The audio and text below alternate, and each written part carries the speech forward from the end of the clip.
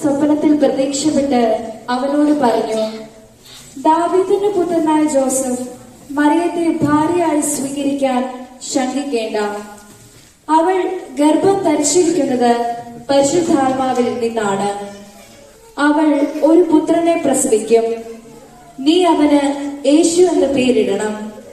എന്തെന്നാൽ അവൻ തന്റെ ജനത്തെ അവരുടെ പാപങ്ങളിൽ നിന്ന് മോചിക്കും. കന്യക ഗർഭം ധരിച്ച് ഒരു പുത്രനെ പ്രസവിക്കും. ദൈവം നമ്മോട് കൂടെ എന്നർത്ഥമുള്ള എമ്മാനുവൽ എന്നവൻ വിളിക്കപ്പെടും എന്ന് കർത്താവ് പ്രവാചകൻ മുഖേന അരുളി ചെയ്തത് പൂർത്തിയാക്കാൻ വേണ്ടിയാണ് ഇതെല്ലാം സംഭവിച്ചത്.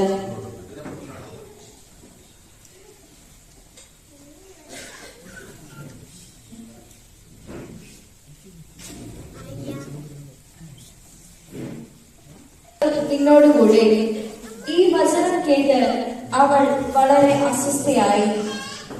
എന്താണ് ഈ അഭിവാദനത്തിന്റെ അർത്ഥം എന്നവൾ ചിന്തിച്ചു. ദൂതൻ അവളോട് പറഞ്ഞു, മറിയമേ, നീ ഭയപ്പെടേണ്ട. ദൈവസന്നിധിയിൽ നീ കൃപ കണ്ടെത്തിയിരിക്കുന്നു. നീ ഗർഭം ധരിച്ച് ഒരു പുത്രനെ പ്രസവിക്കും. നീ അവന് യേശു എന്ന് പേരിടണം. അവൻ വലിയവനായിരിക്കും.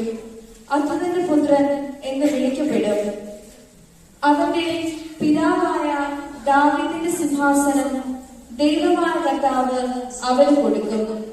യാക്കോബിന്റെ ഭവനത്തിന്മേൽ അവൻ എന്നേക്കും ഭരണം നടത്തും. അവന്റെ രാജ്യത്തിന് അവസാനമുണ്ടാകുകയില്ല.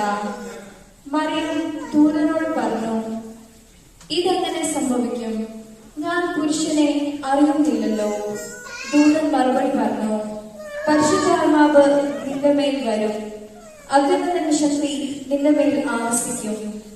ആകയാൽ ജനിക്കാൻ പോകുന്ന ശിശു പരിശുദ്ധൻ, ദൈവപുത്രൻ എന്ന് വിളിക്കപ്പെടും. ഇതാ, നിന്റെ ചാർച്ചക്കാരി വൃദ്ധയായ എലിസബത്തും ഒരു പുത്രനെ ഗർഭം ധരിച്ചിരിക്കുന്നു. വന്ധ്യ എന്ന് പറഞ്ഞിരുന്ന അവൾക്കിത് 6-ാം മാസമാണ്. ദൈവത്തിന് ഒന്നും അസാധ്യമല്ല. മറിയം പറഞ്ഞു, ഇതാ കർത്താവിന്റെ ദാസി, നിന്റെ വാക്ക് എന്നിൽ നിറവേറട്ടെ.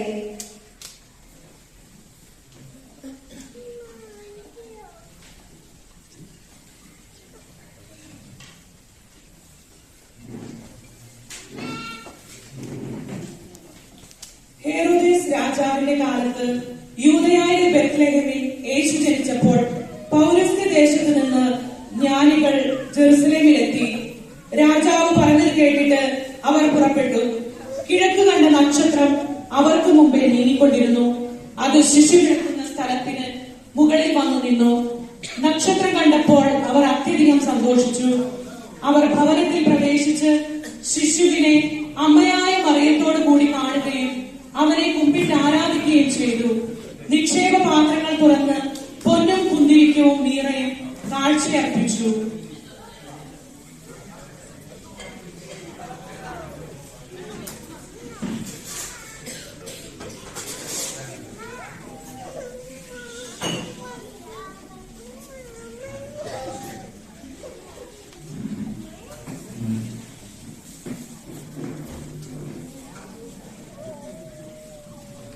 ആട്ടിടയന്മാർക്ക് ലഭിച്ച ദൂതനുസരിച്ച് അവരും ഉണ്ണിയേശുവിനെ കാണാനായി പുൽക്കുടിലേക്ക് യാത്രയായി.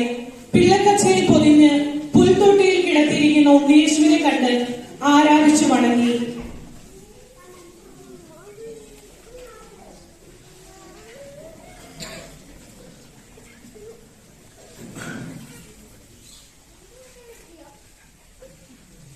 ദൈവം പിറക്കും